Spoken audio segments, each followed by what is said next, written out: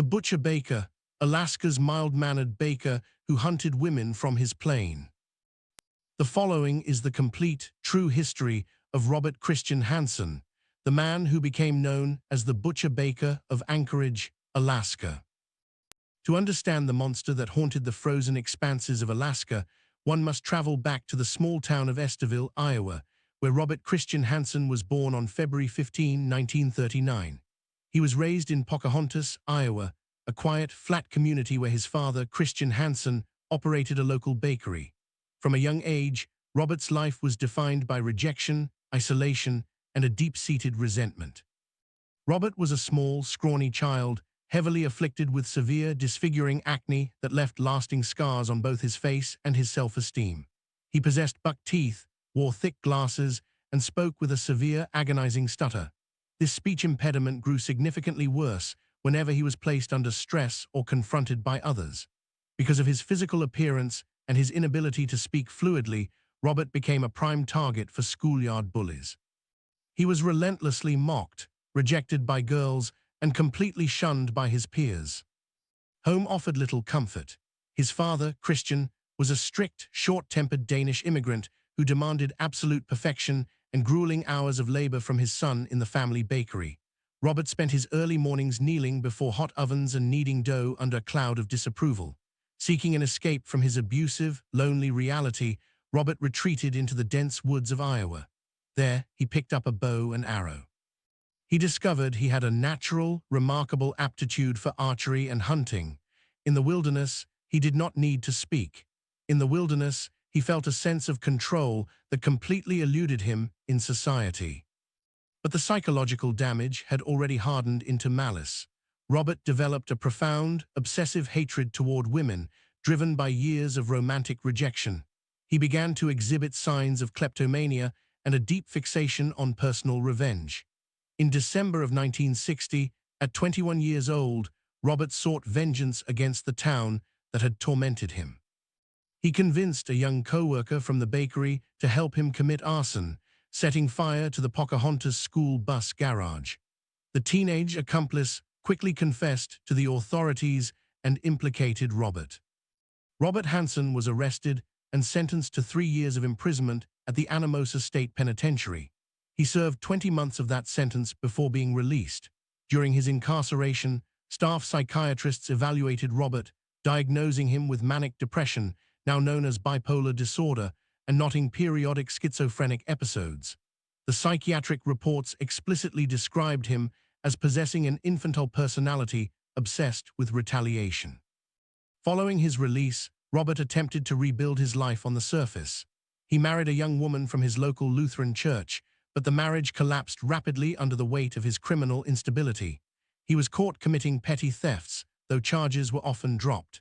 In 1963, he married his second wife, Darla, a kind, deeply religious woman who would eventually work as a teacher for children with learning disabilities.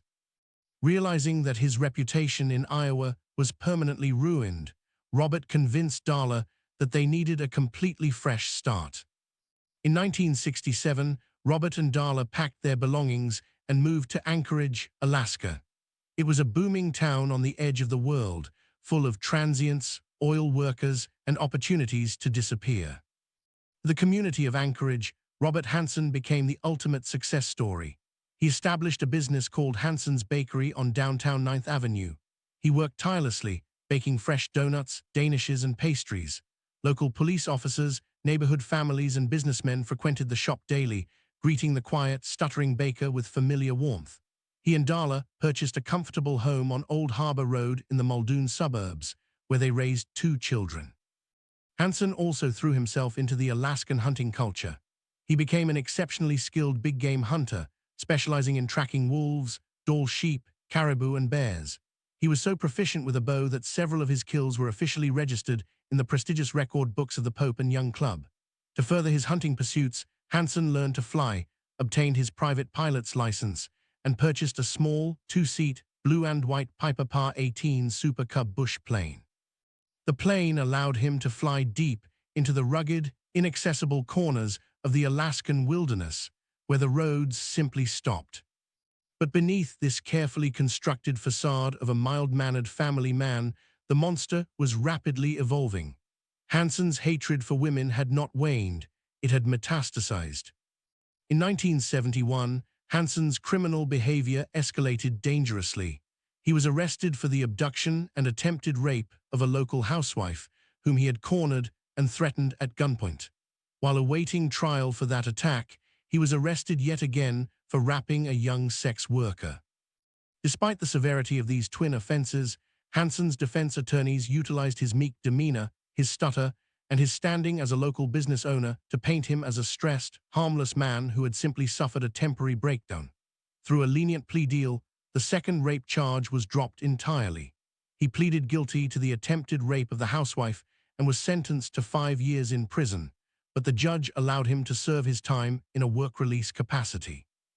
Ultimately, he served a mere 6 months behind bars before returning to his bakery. It was a catastrophic failure of the justice system. Decades later, prosecutors would reveal that at least 3 of the women Hansen went on to murder were killed during the exact time frame he should have been securely locked away in a prison cell. Upon his release, Hansen refined his methods, vowing never to leave an identifying witness alive again. Anchorage in the late 1970s and early 1980s was a chaotic place. The construction of the Trans-Alaska Pipeline had brought an influx of thousands of single men, vast amounts of cash, and a booming sex trade. The downtown strip, centered around 4th Avenue, was lined with strip clubs, dive bars, and adult theaters. Young women arrived from the lower 48 states every week, seeking work as exotic dancers, topless bartenders, and sex workers. Many were transient, estranged from their families, and operating under assumed street names. They were entirely vulnerable. They were exactly what Robert Hansen was looking for. Hansen established a rigid, lethal pattern. He typically struck when his wife, Darla, and their children left town for the summer to visit family in Iowa, left alone in the house. Hansen would drive his truck down to the seedy corners of 4th Avenue. He would locate a young dancer or sex worker, pulling over to offer her a substantial sum of money, often several $100s, to accompany him for a private party or photographic session. The allure of quick cash drew the women into his vehicle, but the moment the door clicked shut and the truck moved toward the outskirts of the city, the stuttering baker vanished. Hansen would pull out a firearm, frequently a .357 Magnum revolver, and threaten to blow their brains out if they made a sound. He would bind their wrists tightly with plastic zip ties or handcuffs and drive them back to his empty home on Old Harbor Road. There, Hansen dragged the women down into his secluded basement, which was decorated with the taxidermied heads of the animals he had killed in the wild. He chained the terrified victims by their necks to a heavy structural post. For hours or sometimes days, he subjected them to severe physical torture, degradation, and violent rape. When he grew tired, he would casually lie down on a nearby couch and take a nap, leaving his victims chained in the dark, staring at the dead eyes of his hunting trophies. For a small number of victims, Hansen would drive them out to remote cabins, rape them, and release them with a terrifying warning that he would murder them if they ever spoke to the police. Paralyzed by fear and shame, and knowing the police rarely investigated the complaints of sex workers, these survivors stayed silent. But for at least 17 women, the basement was merely the first stage of an absolute nightmare. When Hansen decided a victim's time was up, he would force her back into his vehicle and drive to Merrill Field, a busy general aviation airport near downtown Anchorage. He would march the bound, terrified woman out to his Piper Super Cub, forcing her into the small passenger seat behind him.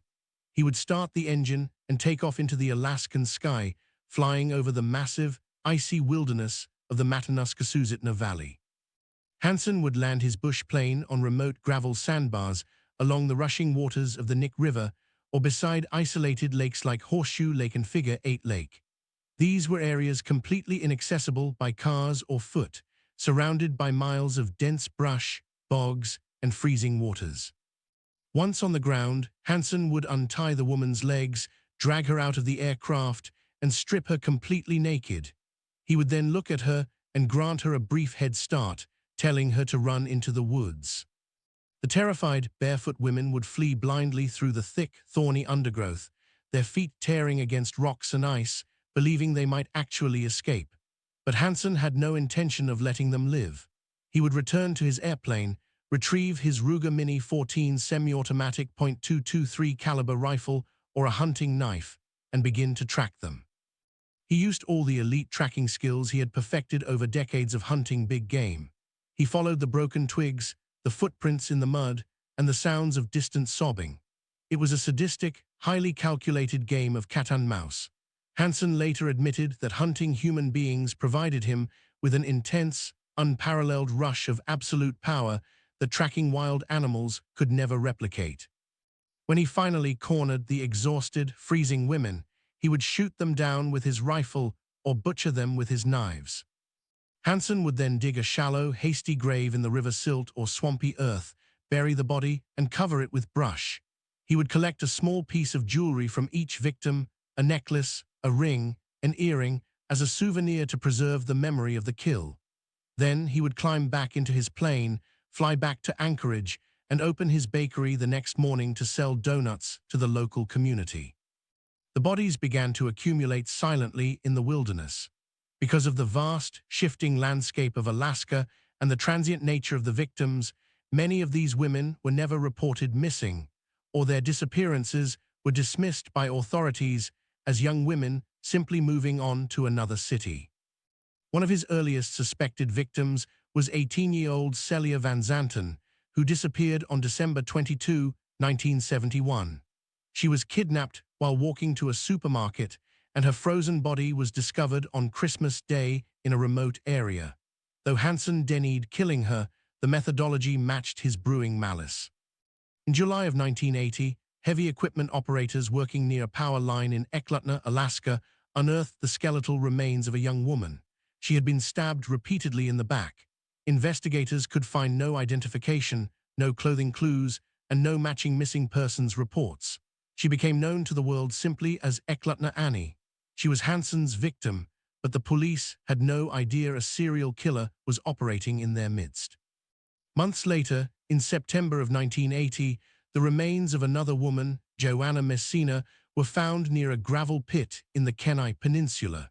She had been shot to death with a small-caliber firearm. The breakthrough that would eventually unravel Hansen's empire of blood began on September 12, 1982. Two bear hunters walking along a remote, muddy sandbar of the Knik River stumbled across a shallow grave.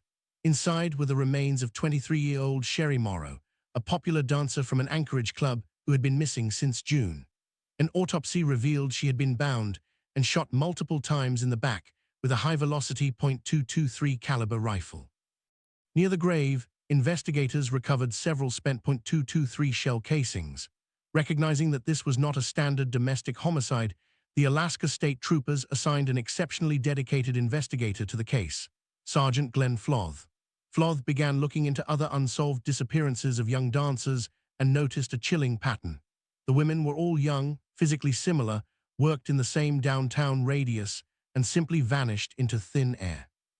Floth reached out to the FBI's Behavioral Science Unit in Quantico, Virginia, contacting legendary profiler John Douglas. Douglas analyzed the sparse data and constructed a terrifyingly accurate psychological profile of the killer. He told Floth that the suspect would be an experienced, local big-game hunter with access to an airplane, someone who suffered from low self-esteem, had a history of speech impediments or physical stuttering, and possessed a deep, burning resentment toward women. Furthermore, Douglas explicitly predicted that the killer would be a meticulous hoarder who kept physical trophies from his victims and likely marked his kill locations on a map. Armed with this profile, Floth searched for a suspect who fit the description, but he lacked a direct, living link between the downtown strip clubs and the remote River Grave. That link arrived on the morning of June 13, 1983. A 17-year-old street-entrenched girl named Cindy Paulson was working on 4th Avenue when a man driving a dark sedan pulled over. He introduced himself as Bob and offered her $200 to perform a sexual act. Desperate for money, Cindy climbed into the car. The moment she closed the door, Bob's demeanor shattered. He pulled a heavy .357 Magnum revolver pressed it against her side, and drove her directly to his home in Muldoon. He dragged her into the basement, threw her onto a bed, and spent hours violently rapping, beating, and torturing her. He chained her by her neck to a wooden post, explicitly telling her that he was going to take her out to his cabin in the woods and that she was never coming back. After torturing her, Hansen lay down on the couch and fell asleep. Cindy, terrified but fiercely intelligent, quietly observed every detail of the basement, the guns, the animal heads, the layout. When Hansen awoke, he unchained her neck, kept her hands tightly handcuffed behind her back, and forced her into the front seat of his car. He drove her directly to Merrill Field, parking near his blue and white Piper Super Cub. As Hansen walked around to the back of the aircraft to load his gear and prepare the plane for flight, Cindy realized this was her absolute last chance to live. If that plane left the ground, she was a dead woman. With her hands still securely handcuffed behind her back and wearing no shoes, Cindy quietly opened the car door, slid out, and sprinted blindly toward the busy, multi-lane roadway of Airport Heights Drive. Hansen saw her run and panicked. He chased her briefly, but as Cindy reached the asphalt, she flagged down an approaching semi-truck. The driver slammed on his brakes, seeing a frantic, barefoot teenager screaming for help in handcuffs. The trucker pulled her into the cab and drove her straight to the Anchorage Police Department. Hansen, realizing his cover was severely blown, abandoned his flight plan, sprinted back to his car, and sped away. At the police station, Cindy Paulson gave a detailed, highly accurate account of her abduction. She described the basement, the animal trophies, the handcuffs, and the blue and white bush plane. She told them the man was a baker named Bob who spoke with a noticeable stutter. The line officers quickly identified Bob as Robert Hansen, the respected owner of Hansen's Bakery. They brought Hansen in for questioning. True to his sociopathic nature, Hansen was calm, polite, and completely unbothered. He claimed that Cindy Paulson was simply a disgruntled sex worker who was trying to extort money from him after a financial dispute. To cement his innocence, Hansen provided a solid, ironclad alibi. He claimed he was hanging out with his close friends, John Henning and his son, at the exact time of the alleged kidnapping. When detectives interviewed Henning, he confidently confirmed Hansen's story. Tragically, the primary detectives chose to believe the respected, middle-class business owner over the word of a teenage sex worker. They dismissed Cindy's terrifying account, refused to search his house or plane, and closed the file, allowing Robert Hansen to walk completely free. But Sergeant Glenn Floth refused to let it go. He reviewed the Cindy Paulson report and recognized that every single detail she described perfectly matched the FBI psychological profile of the Knik River killer. Floth bypassed the local police, coordinated with the Alaska State Troopers and the District Attorney's Office, and began dismantling Hansen's false alibi. Through meticulous interviewing, they discovered that Hansen's friends had lied to protect him, covering his whereabouts out of misguided loyalty. With the alibi completely shattered, Floth secured a comprehensive federal search warrant for Robert Hansen's home, his vehicle, and his bakery. On October 27, 1983, a massive task force of Alaska State Troopers and forensic investigators raided the residence on Old Harbor Road. Hansen was placed under strict, 24-hour surveillance across town while investigators tore his house apart. Initially, the search yielded frustratingly little. They found several firearms in the basement, but not the specific weapons they required to tie him directly to the murders. Then, an investigator noticed a small, easily overlooked square hatch in the ceiling of a closet, a ladder leading up into a dark, unlit attic crawl space. During the brief police inquiry months prior, officers had seen the hatch, but chose not to enter it because Hansen had seemed cooperative. This time, investigators climbed inside with flashlights. Deep within the dusty insulation of the attic, they discovered Robert Hansen's secret vault of horror. First, they uncovered a Ruger Mini 14 semi-automatic .223 rifle, along with a .357 Magnum revolver. Ballistics testing would later conclusively prove that this exact Mini 14 rifle had fired the bullets recovered from the body of Sherry Morrow and other wilderness grave. Second, they found a small, taped plastic bag hidden near the attic opening. Inside was a collection of jewelry. Among the items was a distinctive, hand-carved arrowhead necklace. Investigators knew instantly what it was. Sherry Morrow's boyfriend had told them she wore that specific necklace every single day, and it had been glaringly missing from her corpse. Hansen had kept it as a trophy. Finally, they pulled out a heavily creased, official aviation sectional map of the Alaskan wilderness. Spread across the map, written in dark ink, were 24 small, hand-drawn X marks. Several of the marks were clustered precisely around the Knik River sandbars. One X sat directly over the exact coordinates where the body of Sherry Morrow had been exhumed. The map was a literal blueprint of death. Robert Hansen was caught. He was arrested immediately and brought into the trooper headquarters. Faced with the undeniable ballistics matches, the jewelry trophies, and the marked aviation map, Hansen's cold, arrogant demeanor collapsed. He realized the state had enough evidence to lock him away forever. In a bid to avoid being sent to a harsh, maximum security prison in Alaska, where he might cross paths with people who knew his victims, Hansen struck a massive plea agreement with Assistant District Attorney Frank Rothschild. In exchange for pleading guilty to just 4 specific, fully documented murders, Sherry Morrow, Joanna Messina, Paula Gooding, and the unidentified Eklutna Annie, Hansen agreed to fully confess to his entire 12-year reign of terror and guide investigators to the remaining bodies hidden across the tundra. Over days of chilling, taped audio confessions, the mild-mannered Baker spoke in a flat, matter-of-fact monotone voice about his horrific crimes. He detailed how he had abducted, raped, and hunted at least 17 women between 1971 and 1983. He showed no remorse. Speaking of the victims, as if they were nothing more than wild game animals he had harvested to satisfy his frustration. Following his confessions, Hansen was flown by helicopter out into the wilderness, handcuffed and shackled, to point out the shallow grave corresponding to the X marks on his map. Thanks to his directions, recovery teams excavated the remains of multiple missing women. Sue Luna, 23, who had disappeared in May of 1982. Malai Larson, 28, discovered near the old Knik River Bridge. DeLynn Frey, 20, discovered along a Knik River sandbar by a pilot. Teresa Watson and Angela Fedden, 24, recovered from remote lakes. Tamara Pedersen, 20, found a mile and a half from the river bridge. One grave, located near Horseshoe Lake, contained a young woman who had been shot to death in the winter of 1983. Hansen admitted he had flown her there and killed her, but he claimed he never knew her name, identifying her only as a downtown sex worker. For nearly 40 years, she was known only as Horseshoe Harriet.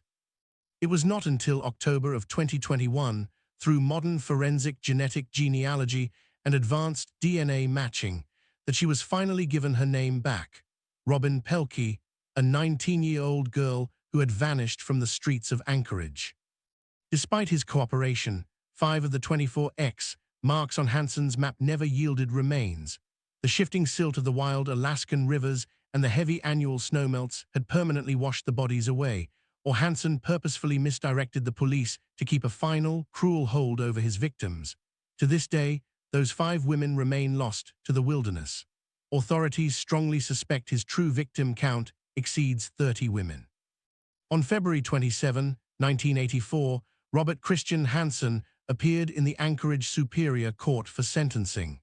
Judge Ralph Moody listened to the harrowing, brave testimony of the teenager who had stopped the monster, Cindy Paulson. Judge Moody sentenced Robert Hansen to life imprisonment plus an additional 461 years, explicitly ordering that the sentence be served without any possibility of future parole. Under the terms of his federal transfer agreement, he was initially sent to the Lewisburg Federal Penitentiary in Pennsylvania to serve his time away from the angry public of Alaska. His wife, Darla, divorced him completely, changed her name, and vanished from the public eye, shattered by the revelation that her husband's business had been funded by the blood of young women. Hansen was eventually returned to Alaska, to serve out the remainder of his decades behind bars at the Spring Creek Correctional Center in Seward. As the years crawled past, his health steadily deteriorated. The man who had taken so much joy in chasing down terrified, helpless women in the open air became a frail, bedridden old man confined to a tiny, concrete cell. On August 21, 2014, at 75 years old, Robert Hansen died of natural causes at the Alaska Regional Hospital in Anchorage, the very city he had terrorized for over a decade. He left behind a legacy of absolute horror, but also a testament to the incredible resilience of a 17-year-old survivor who refused to die in the woods. Cindy Paulson's courage remains the only reason the butcher baker was finally brought to justice. If you enjoyed this video, please like, subscribe and leave your comment below what you thought. Thanks for watching.